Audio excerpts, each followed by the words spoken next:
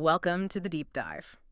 You know, we often hear about these blockchain wars, right? This idea that it's like winner take all. Only one network can rule the digital future. hmm But what if that's not really the full picture? What if these titans of the crypto world, they aren't actually at war? Maybe they're just busy carving out their own unique kingdoms, playing different roles. Yeah, specializing. Exactly. So today, we're taking a deep dive into this fascinating rivalry, but maybe more importantly, the emerging coexistence between Ethereum and Solana. Two real powerhouses. Definitely. And they're shaping the future of decentralized networks. We've pulled together a whole stack of sources, articles, research, expert analysis, all from Q2 2025 to really unpack their different philosophies, how they actually perform in the real world, and, where they're heading. Right. Our mission today, pretty simple. Cut through the noise, get you the essential insights, give you a shortcut to understanding this nuanced world of Layer 1 blockchains. And what's really fascinating here, I think, is that this isn't just some technical debate. It's really a clash of long-term visions for how these networks should scale up. Okay. And what we're seeing emerge is this profound functional specialization. They're finding their lanes. Okay, let's unpack that then, this core philosophical difference. Why do Ethereum and Solana operate so differently, like at their very foundation? Well, Ethereum has really fully embraced what people are calling the modular thesis. Modular thesis. Think of it like building with specialized layers. The main Ethereum network, the L1, it's designed for what they call a roll-up-centric future. It acts mostly as a global settlement layer and a place to store data securely, data availability. So like the ultimate source of truth, but not doing all the everyday work. Exactly. The heavy lifting, executing all the user transactions, that happens on layer 2s, Arbitrum, Optimism, Base, DK Sync, all those. Mm-hmm. And these L2s, they inherit Ethereum security, which is key, while handling the actual execution, offloading the main chain. And a really critical step here was the Denkin upgrade back in March 2024. That introduced something called blobs. Yes, blobs. EIP 4844. That's the one. And it just slashed L2 transaction fees. We're talking 95% reduction. Wow. Suddenly made the whole Ethereum ecosystem way more competitive on cost. And there's more coming around. The Pectra upgrade planned for Q1 2025, that's set to double the blob count. Fees should drop even further. Okay, but there's always a trade-off, right? What's the catch with this modular approach? Yeah, the trade-off is mainly friction. Yeah. Moving assets between these different L2s isn't always seamless. You get bridging issues, what some people call fragmented liquidity. Your money might be stuck on one L2 when you want it on another. Right, silos. Got it. So that's Ethereum's vision. Now, Solana, they've taken a completely different path, haven't Well, they? absolutely. A totally different fork in the road. Solana champions the monolithic vision. Monolithic. One big layer does it all. Pretty much. Their goal is global scale on a single integrated L1 network. They're basically betting that hardware improvements, Moore's law, will allow a single chain to handle massive throughput. So faster computers mean the main chain can handle everything. That's the idea, keep a single global state. And the big benefit there, no bridging complexities between layers. It simplifies things, especially for developers building really high-frequency apps. Like what kind of apps? Think central limit order books. CLM's basically like a stock exchange's order book, Mm-hmm. but decentralized. Or real-time games, decentralized social media, stuff that needs instant updates And how do they achieve that speed? through some clever innovations. Yeah. C-level is one that allows parallel processing, like having multiple lanes on a highway instead of just one. Okay. And Turbine, which is their protocol for getting blocks out to everyone really fast. Well, what's the trade-off for Solana? All that speed must come at a cost. It does. The main one is the hardware requirement. Running a Solana validator needs pretty high-end gear, much more expensive than, say, an Ethereum validator. Okay. And that leads to the centralization concerns. Fewer people can afford to run validators. Exactly. Higher barrier to entry. That's the main criticism you hear regarding potential centralization risk. Okay, so different philosophies, different trade-offs. How does this translate into keeping the networks secure? How do their consensus mechanisms differ? We hear POS for Ethereum, POH for Solana. Right. Good question. It ties right in. So Ethereum, since the merge in September 2022, uses proof of stake. POS. Stake 32 ETH. Correct. Validators lock up 32 ETH, and now there are over 1 million validators as of Q2 2025. That makes attacking the network incredibly expensive. 1 million. Wow. Yeah. And if a validator tries anything shady, they get slashed. They lose some or all of their staked ETH. a very strong deterrent. Okay, clear. Now, Solana's proof of history, that's different. Very different. Solana uses a hybrid, proof of history POH plus proof of stake POS. Now, POH isn't actually consensus itself. It's more like a verifiable delay function. Think of it as a decentralized cryptographic clock. A clock, how does that help? It timestamps and orders transactions before they even get to the validators for consensus.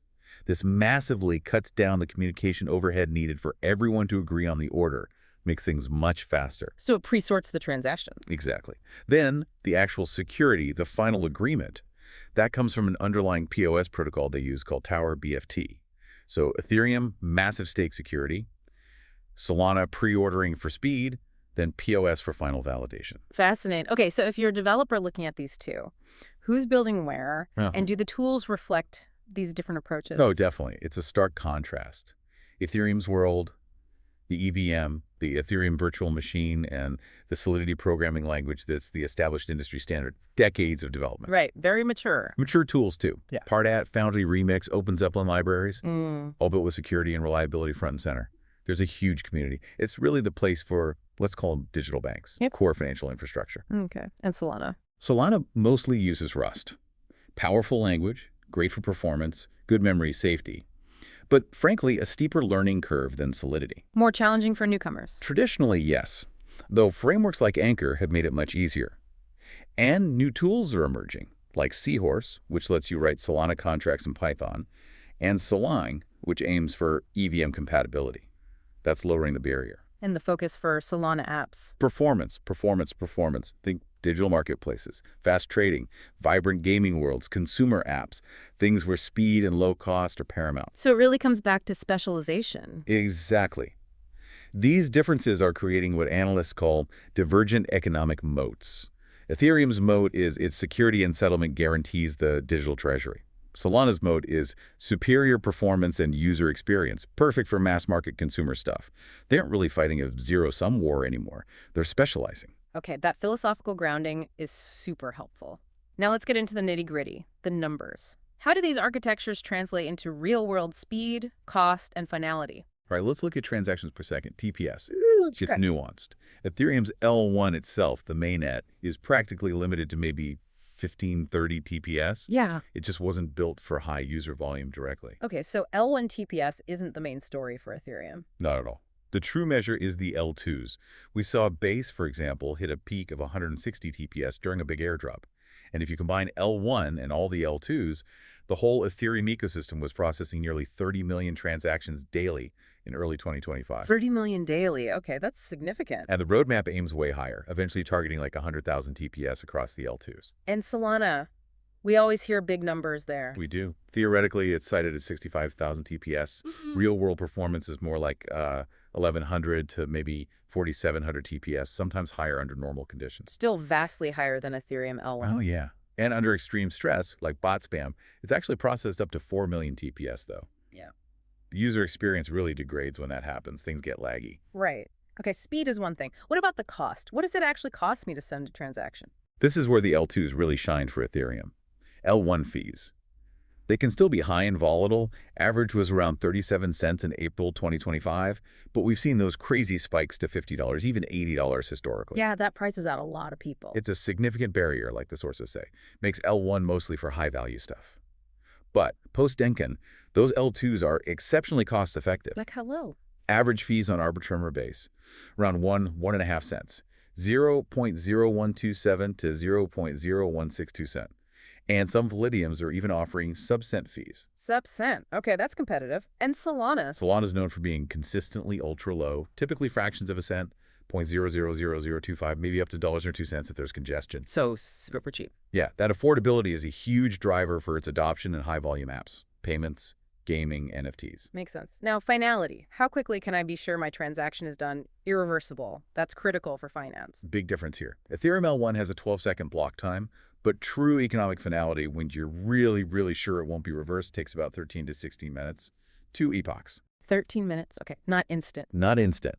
Solana, though, leveraging that proof of history clock, it has 400 millisecond block times, and finality is usually under 1 second, often 400 to 600 milliseconds. Wow, under a second. That's basically real time. Feels very close to Web 2 apps, yeah. Mm. And they're aiming even faster with the Alpenglow upgrade, targeting 100 to 150 milliseconds, almost imperceptible. That contrast is stark. It makes me think these different speeds and fee structures must lead to different kinds of failure for the user, right? Like when things go wrong, how do they go wrong? That's a really insightful question.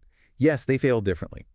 Ethereum's failure mode is primarily economic, meaning when the network gets busy, fees spike, and users just get priced out, your transaction might not fail technically, but it becomes too expensive to even send. Yeah. So L1 becomes the domain of high-value, low-frequency transactions. Institutions, whales, it's predictable. You know the cost, even if it's high. Predictable, but expensive. Okay, and Solana. Solana's failure mode is more technical. During those moments of intense demand, think a hot meme coin launch this, priority fee market kicks in. But even then, the network can just get overwhelmed, leading to a severely degraded user experience. Transactions just fail. Failure rates spiked as high as 39% during some congested periods. The network feels clogged, laggy, like your internet dropping. It's probabilistic and honestly often frustrating for users. So Ethereum fails by being too expensive. Solana fails by sometimes just not working reliably under extreme load.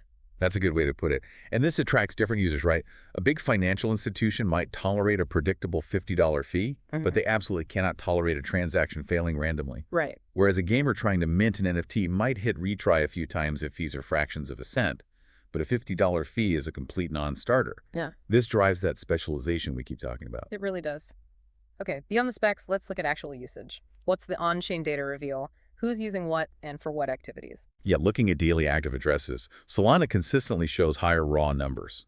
We're talking 2.7 million to 5.6 million daily active addresses in early 2025. Wow, millions daily. Yeah, and processing 85 to 109 million transactions daily. Now, a chunk of that is vote transactions for consensus. We have to note that. But still, it leads Ethereum L1 by like 10x in active addresses. And what's driving that Solana activity? Primarily retail-focused stuff, meme coin trading, low-cost NFTs, gaming, social apps. Okay. And Ethereum, L1 sounds quieter. L1 is more modest, yeah. Maybe 343,000 to 500,000 daily active addresses. But crucially, when you add in the L2 activity, the combined Ethereum ecosystem is processing nearly 30 million daily transactions. So it's significantly closing the gap with Solana in terms of overall economic activity, just distributed differently. Right, the activity is spread across the layers. What about specific areas like NFTs and DX trading? Where's the volume? NFTs are interesting. Solana has become the dominant niche for new mints, grabbing maybe 64% of all new mints in 2025. It's huge for high-frequency trading of cheaper NFTs. Because the fees are low. Exactly. Ethereum still holds the blue-chip collections, the CryptoPunks, the Bored Apes, and its all-time sales volume dwarfs Solana's think $45 billion versus $6 billion. But on a daily basis, Solana's NFT trading volume frequently surpassed Ethereum's in 2025. So new stuff and fast trading on Solana, high-value OGs on Ethereum. What about DXs, decentralized exchanges? That's been a real battleground. In Q1 2025, Solana actually captured over half of all DXX volume, hit $258 billion in January alone, largely fueled by that meme coin frenzy. Half of all volume. Incredible. Did it last? Ethereum reclaimed the top spot in March, but it's remained fluid. In May 2025, Solana was leading again in 24-hour volume. It really shows Solana's strength for that high-velocity, speculative retail trading.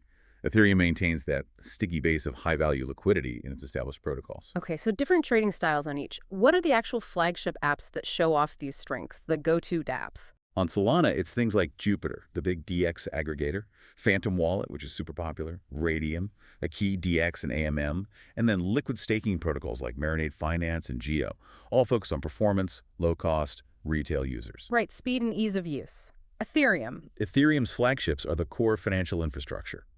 Uniswap, the dominant DX, Avav and MakerDAO for lending in stablecoins, Lido for liquid staking. These are the blue-chip DeFi protocols handling enormous amounts of capital, very foundational. Makes sense. And looking forward, who's attracting the next wave of builders? Where are new developers going? This is a really interesting metric from 2025. Solana actually became the #1 destination for new developers in 2024.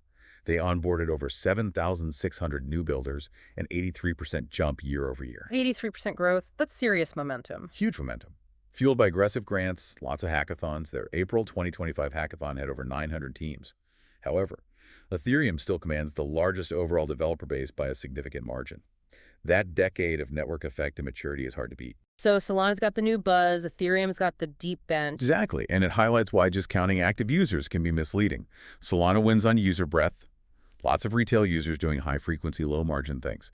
Ethereum wins on user depth. Fewer users, maybe, but high-capital individuals and institutions doing low-frequency, high-margin finance. Solana's like the vibrant, user-centric front end, maybe the digital shopping mall. Ethereum is solidifying as the secure financial back end, the vault. Front end and back end, I like that analogy. Okay, let's follow the money, as they say. Total value locked, TVL, huge metric for trust and economic gravity in DeFi. How do they stack up? No contest here, really. Ethereum is still the undisputed king of DeFi capital. Still dominant. Massively. Q2 2025 numbers show its TVL between $61 billion and $92 billion. That's over 52% of the entire DeFi market. And that figure excludes staked ETH. Excludes staked ETH, so the real number is even bigger. An order of magnitude larger, yeah. Anchored by those battle-tested blue-chip protocols. Lido holding around $30 billion, Ahav around $15 billion, MakerDAO $12 billion, just huge sums. Okay. And Solana, we heard it grew fast. It did. Meteoric growth is the term used. Its TVL surged from about $3 billion end of 2023 to somewhere between $6.5 billion and $16.8 billion in the first half of 2025. That's a huge jump, from 3 to over 16 billion. Yeah, incredible growth, but still puts it at around 7% market share. And that value is concentrated in its native apps, Jito, Marinade, Jupiter. So Ethereum is the giant, Solana is the fast-growing challenger in TVL. But you mentioned earlier how capital moves between them. That seems really important. It's crucial. The data shows a significant and largely unidirectional flow of capital from Ethereum to Solana. Unidirectional, mostly one way. Mostly. Like in May 2025, over $650 million was bridged to Solana. About $400 million of that came directly from Ethereum. Interesting. So what does that imply? It suggests Ethereum is acting as the primary bank, the source of stable, trusted assets like ETH itself or USDC stablecoins. The home base for capital? Right. And then Solana acts as the sources use terms like the casino or shopping mall, the place you go for high-frequency, low-cost activities, trading, gaming, minting NFTs. So you keep your main savings in the Ethereum bank, but take spending money to the Solana mall. That's a pretty good analogy, yeah. Yeah. And infrastructure like the Portal Bridge, using wormhole tech or D-Bridge, they make this flow possible. We even see Solana native projects launching their tokens on Ethereum first, just to tap into that deep liquidity, then bringing them back to Solana. That really paints a picture of coexistence, not war. Exactly. It looks like a symbiotic dynamic rather than a purely adversarial one. People aren't ditching Ethereum. They were using it as their secure capital base and then deploying that capital onto Solana's high-performance layer for specific tasks. Solana's success could, paradoxically, actually increase demand for assets secured by Ethereum. Fascinating dynamic. Okay, moving beyond crypto-native users and DeFi, what about the really big players, TradFi, major corporations? How are institutions viewing these chains? Their approaches are quite different, again mirroring their core strengths. Solana seems to be strategically targeting major tech and payments companies, aiming for mass-market, real-world utility. Because the low fees and high speed suit consumer apps? Precisely. So you see partnerships like Visa using Solana for stablecoin settlement trials, Shopify integrating Solana Pay, Google Cloud running a validator, PayPal putting its PYUSD stablecoin on Solana. It's about reaching millions of consumers. Okay, big tech and payments focus for Solana. Ethereum. Ethereum is the undisputed platform of choice for traditional financial institutions. Think asset tokenization, building on-chain capital markets. For them, Ethereum's security and decentralization are non-negotiable. So Wall Street's choice. Seems that way. You have BlackRock, UBS, MasterCard exploring real-world asset tokenization on Ethereum. JP Morgan has its Onyx platform and now accepts ETH ETFs as loan collateral. Societe Generale issued tokenized bonds on Ethereum. It's about serious financial plumbing. Two very different institutional angles. What about the ETFs themselves? That's been huge news. What does the ETF situation tell us? Well, the U.S. spot Ethereum ETF got approved, finally. But the impact has been maybe more muted than the Bitcoin ETFs.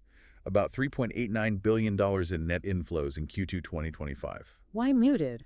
Partly, the analysis suggests, because the current U.S. ETFs do not include staking rewards. You don't earn the 3-5% yield you'd get staking ETH directly. Asset managers are lobbying the SEC hard on this. Right, missing out on the yield. What about Solana ETFs? Solana is widely seen as the next likely candidate for U.S. approval. Formal applications are in. And interestingly, Canada already approved SOL ETFs with staking back in April 2025. They offer around 3.5% yield. Okay, so staking is possible in some jurisdictions. Yeah, and Solana's native staking yield is significantly higher than Ethereum's, remember, around 7%. So JP Morgan put out a forecast suggesting a U.S. SOL ETF with staking could attract up to 5 times the relative inflow to market cap ratio compared to Ethereum's ETF. 5 times because of the higher yield potential. That's the theory.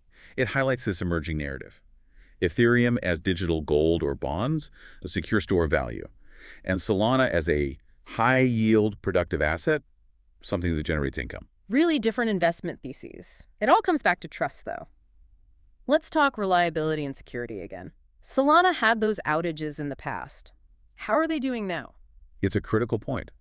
Ethereum has that near-perfect uptime record. It's never had a network-wide outage since 2015. Just incredibly resilient. Rock solid. Pretty much. Solana's history, as you said, was punctuated by several high-profile network outages. At least 7 major incidents caused by various things, transaction spam, client bugs, sometimes unexplained halts. That sounds concerning for serious use. It was. But, and this is really crucial from the recent sources, its stability has improved dramatically. As of Q2 2025, it had achieved 100% uptime for nearly 16 consecutive months. 16 months straight, including handling record volume. Yes, including record volume periods. All of Q2 2025 passed with no disruptions. That's a significant milestone for Solana. It really addresses one of the biggest historical criticisms. Okay, that's a major improvement. What about hacks and exploits? Where are the weak points? Ethereum, holding so much value, is naturally the primary target for hackers. That massive $1.5 billion Bybit hack in Feb 2025. It involved a third-party service connected to Bybit, not a flaw in Ethereum's core protocol itself. But it's true that applications on the Ethereum chain have suffered a higher number of crypto hacks, simply because there's more value and more complex applications built on top. So the core is strong, but the apps built on it are targets. Solana. Solana's main historical issues were those core protocol stability bugs causing outages. More recently, the meme coin mania didn't cause outages, but it did lead to extreme network congestion and those high transaction failure rates we discussed. It felt like a crash for users. Right, the user experience degraded. Exactly. They're working on improving their fee markets to handle that surge demand better. And a big development is the introduction of FireDancer, a second validator client built by Jump Crypto. Having client diversity makes the network much more resilient. If one client has a bug, the network can keep running on the other. Client diversity, that's important. Okay, one more aspect of trust. Decentralization. You mentioned validator counts, but what about the distribution of power, the Nakamoto coefficient? Right, the Nakamoto coefficient, how many entities does it take to collude to control over 33% of the stake, potentially censoring or halting the chain? Ethereum has over 1 million validators, which sounds great. But the stake is quite concentrated. Liquid staking pools like Lido, big exchanges like Coinbase, they control huge amounts. Ethereum's Nakamoto coefficient is currently reported as 6. Just 6 entities could theoretically collude. Only 6. Wow. Okay, Solana, fewer validators overall. Fewer validators, yes, between 1,300 and 4,500 due to the high hardware costs. But the distribution of stake is arguably more even. Solana's Nakamoto coefficient is around 20. 20. So it takes more entities to compromise Solana, even with fewer validators. According to that metric, yes. Plus, the stake on Solana is noted as being more geographically distributed. So it's a nuanced picture. Ethereum has more validators. Solana has arguably better stake distribution among its smaller set. Very interesting trade-off. Okay, let's shift to tokenomics, the economics of ETH versus SOL. Fundamentally different, right? What does that mean long-term? Totally different philosophies for the tokens themselves. ETH, Ethereum's token, has no hard supply cap. But since EIP 1559 and the move to proof of stake, it's become increasingly deflationary. How does that work? A portion of every transaction fee, the base fee, gets burned, permanently removed from supply. So whether the total supply grows or shrinks depends on how much is burned versus how much new ETH is issued to validators. Right now, net inflation is very low, maybe 0.35% to 0.82% annually in Q2 2025, and sometimes it's actually deflationary. Burning ETH. How much has been burned? Over 4.5 million ETH since EIP 1559 started. This deflationary pressure positions ETH as a sort of digital bond or a store of value. Its value comes partly from its increasing scarcity. Digital bond. Okay. Solana's SOL. SOL also has no hard cap, but it follows a predictable long-term inflationary model. It started at 8% annual inflation, designed to decrease by 15% each year until it stabilizes at a long-term rate of 1.5% annual inflation. So predictable inflation, not deflation. Right. In 2025, the supply growth is around 4.5% annually, and that inflation is used primarily to reward the POS validators securing the network. This positions SOL more as a productive network utility token. Its value is tied to the activity and utility of the Solana network itself. Deflationary bond versus productive utility token. How do the staking yields compare then, considering that inflation? Ethereum staking offers around 3 to 5% APR nominally, but because the net inflation is so low or negative, the real yield, nominal yield minus inflation, often looks quite attractive, sometimes even higher than the nominal yield if the network is deflationary. Okay, Solana, higher nominal yield. Yes. Solana boasts a higher nominal yield, typically 6% to 8.3% APR. That's a major attraction for investors.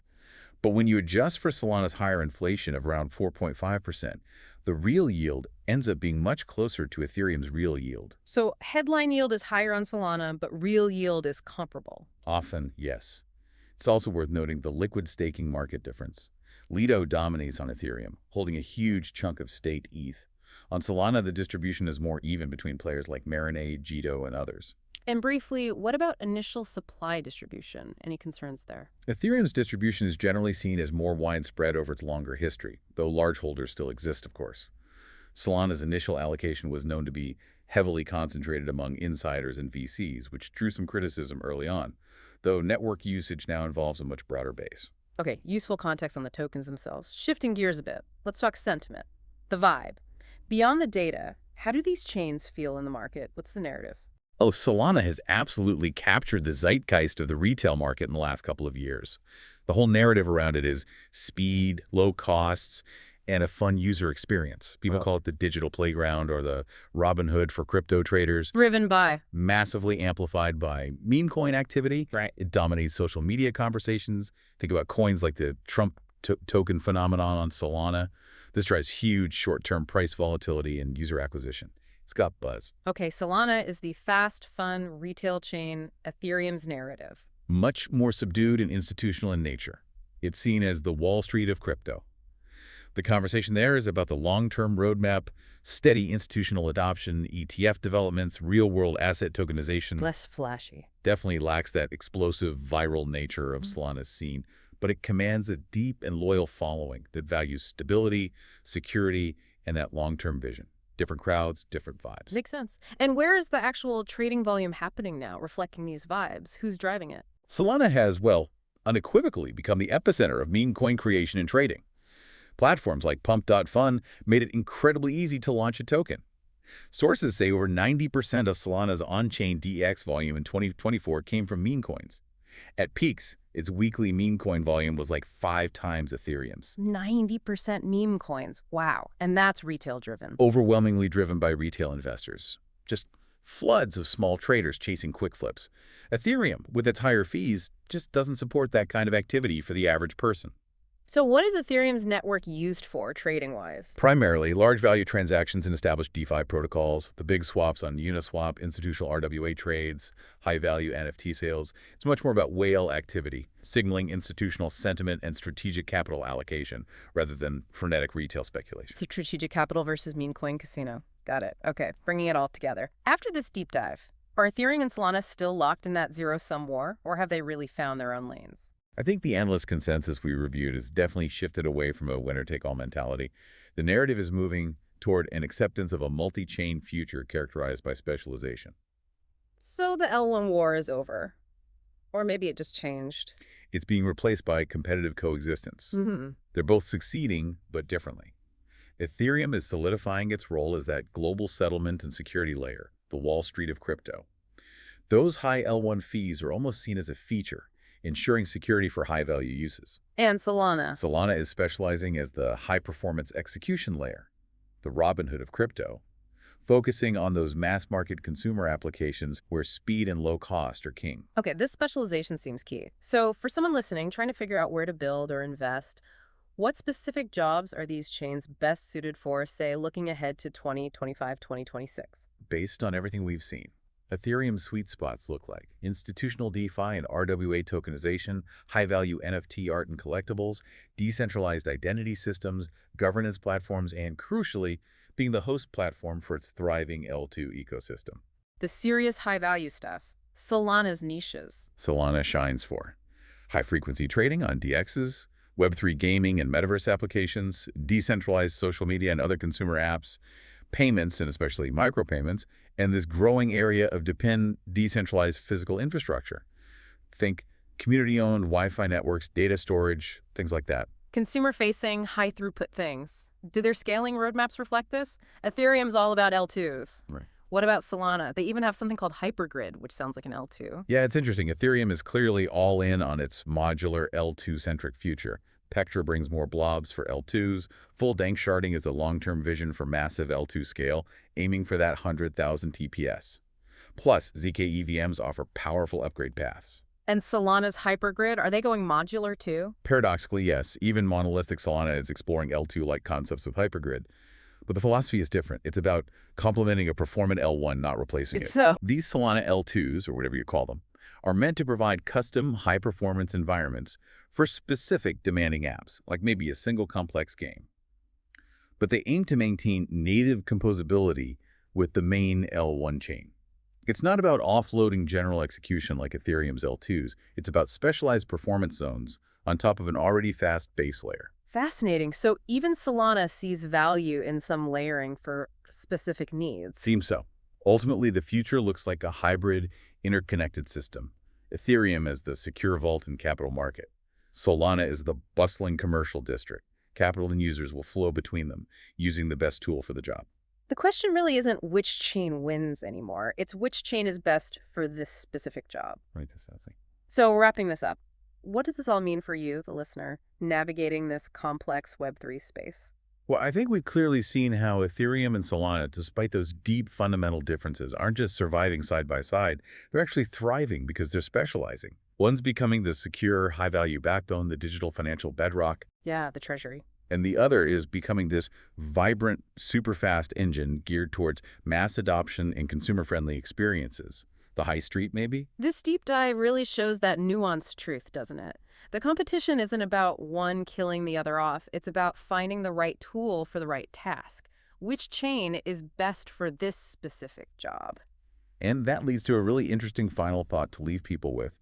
As these two distinct ecosystems continue to evolve, and as this symbiotic relationship potentially deepens, could we end up with an even more robust, more versatile, and more interconnected, decentralized future than any single dominant winner-take-all chain could ever have achieved on its own? That's a powerful question to consider. Food for thought as you explore the ever-expanding world of Web3. Definitely. Thanks for diving deep with us today. We really hope this gave you a clear, more informed perspective on where these Layer 1 giants are heading and why it matters.